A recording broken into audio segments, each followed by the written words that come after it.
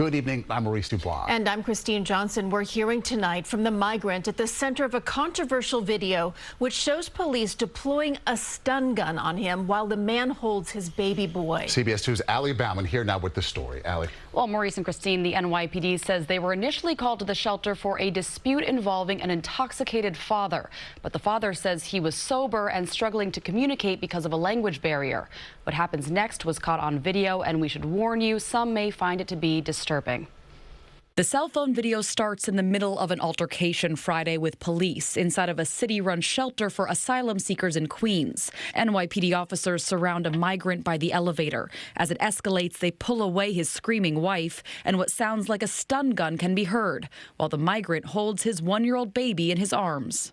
47-year-old Yanny Cordero shows us the marks on his stomach where he says the stun gun was used. He says at the time, his only concern was for one-year-old Alejandro. During the chaos, Alejandro's mother was eventually able to grab the baby as officers continued to restrain Cordero, pushing him against a table, then punching him before a security guard appears to try and stop the officers. Cordero says he feels he was treated as an animal. Both he and his wife were arrested after that, their 3 sons taken by Children's Services and returned to their care Sunday. He was violent, he was volatile. They had to take that necessary action. And, based on our review, those officers took appropriate action. Police said Cordero was intoxicated and disorderly. Cordero refutes that and claims this started when he returned to the shelter with food and a staff member stopped him.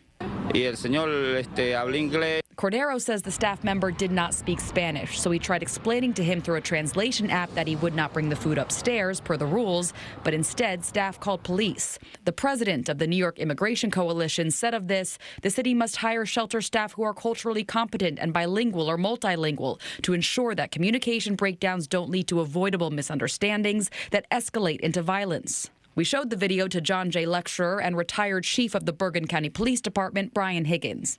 Usually when you strike someone, particularly with a closed fist, you should not strike about the head or face in most police departments. Cordero worries that his son may have been injured from the stun gun, but Higgins quells those fears.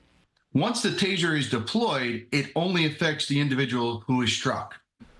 Well, even though the stun gun would only affect the person it's used on, Higgins says there was a risk that it could have made him drop the baby. Cordero was charged with acting in a manner injurious to a child, and both he and his wife were charged with resisting arrest and disorderly conduct. Maurice and Christine. Okay, Allie, thank you. Thank you, Allie.